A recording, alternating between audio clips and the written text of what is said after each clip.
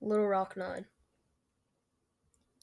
The Brown versus Board of Education case of 1954 ruled segregation of American public schools unconstitutional.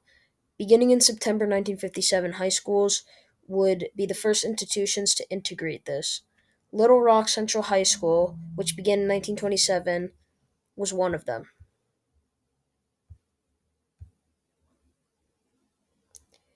Daisy Gaston Bates, president of the Arkansas NAACP, had recruited Minnie Jean Brown, Elizabeth Eckford, Ernest Green, Thelma Mothershed, Melba Patillo, Gloria Ray, Terrence Roberts, Jefferson Thomas, and Carlotta Walls.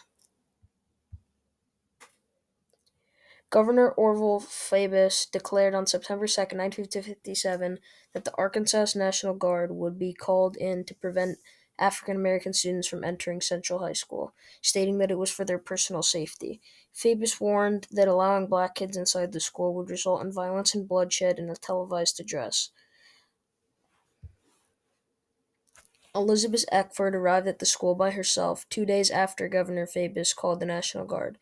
Governor Faubus ordered the Arkansas National Guard to bar any of the Little Rock Nine from entering Central High School.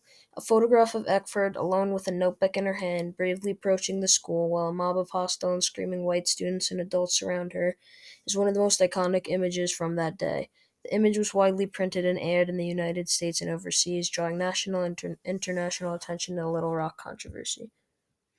Throughout their time at the school, the children were subjected to bullying. White students verbally and physically abused them. Terrence Roberts was knocked unconscious, Jefferson Thomas beaten up in the basement. Minnie Jean Brown was expelled for dumping her lunch on white students, assaulting her. Melba Patillo, another of the nine, had acid thrown in her face. Except for Minnie Jean Brown, who was expelled, all students completed their academic year. Senior Ernest Green became the first African American to graduate from Little Rock Central High School at the end of the year in 1958. The rest of the nine completed their high school careers at other high schools or via correspondence. The students' courage set an example for other black children and America as a whole. They proved that they weren't afraid of the hateful, violent people and wouldn't give up no matter how much abuse.